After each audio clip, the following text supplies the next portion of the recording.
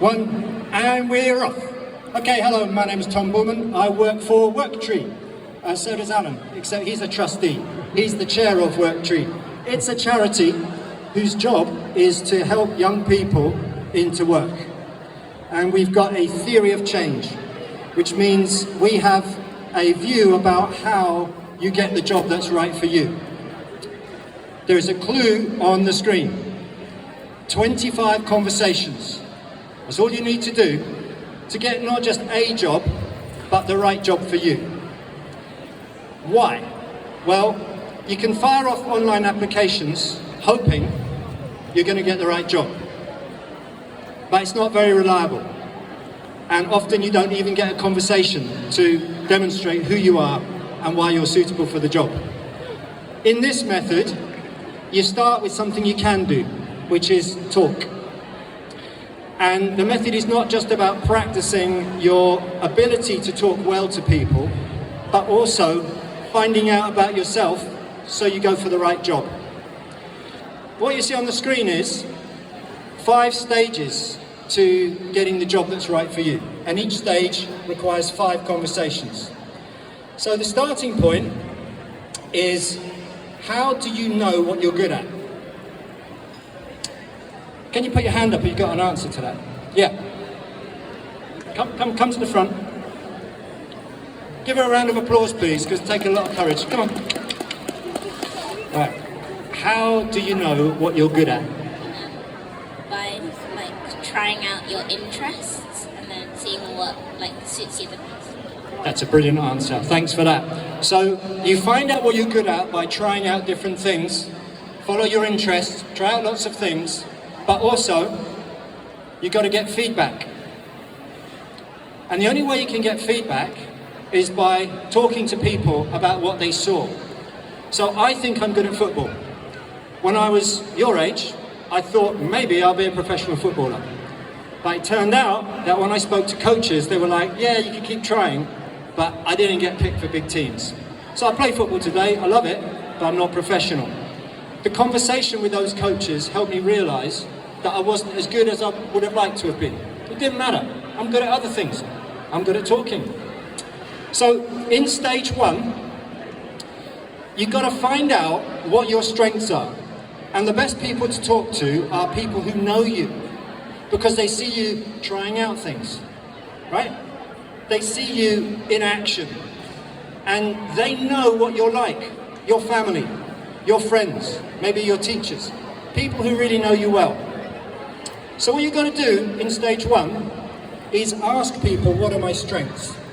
Simple way of doing this is, get hold of a big envelope, get 5 small bits of paper, go to someone who knows you well and say, I'm going to go out of the room for 5 minutes. I want you to write on each piece of paper one thing you think I'm good at.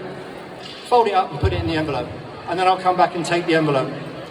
You do that to 5 different people who know you well, you get 25 bits of data telling you what you're good at. It's powerful because it's evidence-based. Sometimes you think you know what you're good at, like I thought I was really good at football, but the truth was I wasn't good enough to make it professionally. And it's only by getting that hard-based evidence of people actually telling you what they think that you get that. Don't ask them what you're bad at. Strengths. Ask them what you're good at. 5 in the envelope, go to 5 people, you get 25 bits of data. Stage 2, get the data out, put it on the table, and sort out, of the 25 bits of data, which are the 5 strengths that you have. Because some people will say the same thing. Like, if you're really good at taking photographs, or you're really good at cooking dinner, probably more than one person will notice it and say it, write it on the piece of paper. So you identify your top 5 strengths, and then in stage 2, you're going to go to friends of friends and family and say, look, these are my 5 top strengths, because I've just asked 5 people, that's what the data tells me. When you look at those strengths, what jobs do you think use those strengths? And get these people to write down 5 jobs that they think use those strengths. So in stage 2, you've got 25 new bits of data, which is the jobs that your strengths are good for. Now you've got to target the top 5 jobs. So when you saw all those jobs, there'll probably be some repeats. So for me, one of them that came up was teacher. And I used to work in a school as a teacher. So it was one of my top 5. So then I went to stage 3, which is ask people who do the jobs what it's like doing those jobs.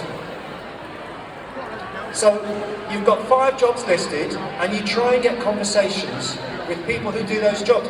Most people like answering their jobs.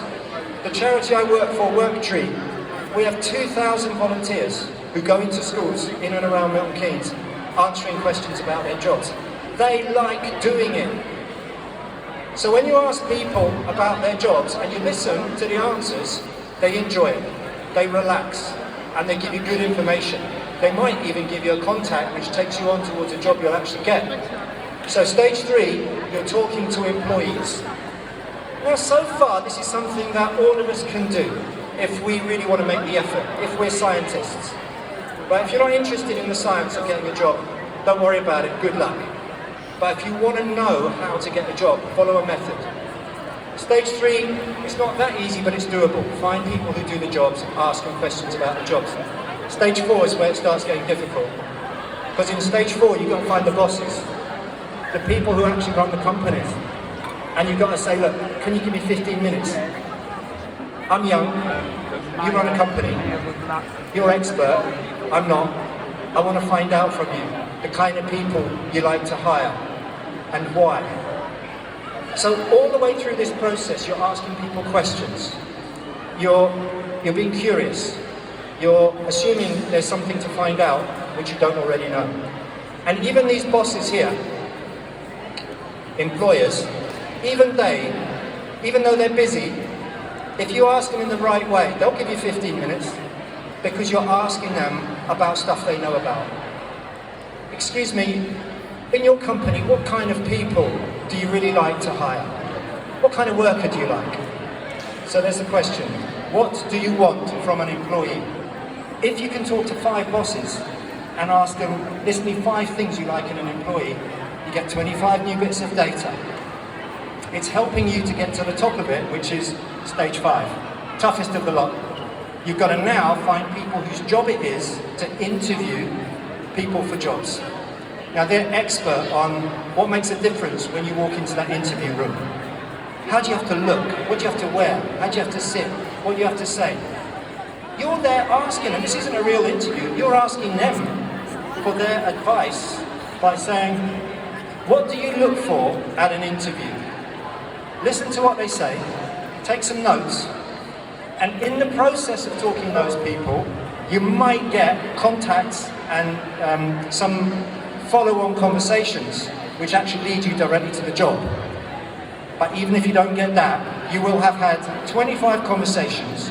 You will now have a lot of information about yourself, your strengths, about the jobs that use the strengths, about what it's like to do the jobs, about what the bosses want from their employees, and how to get the job in the interview. And you've also, through 25 conversations, developed a relaxed style so that you can talk to people freely in a way they like. And at the end of the day, you have to do that to get any job. It always ends, the process always ends in a conversation. So it might be online for part of it, applying, but in the end you're going to have a conversation. Once you've had these 25, you'll be ready for it and you'll smash it. It's been very nice talking to you. You might be wondering what's in here. Ta-da! It's a little booklet which Worktree, the charity I work for, has produced. And it's the guide on exactly how you do this. I've got a free copy to give out for the first person who puts up their hand. Come and get it.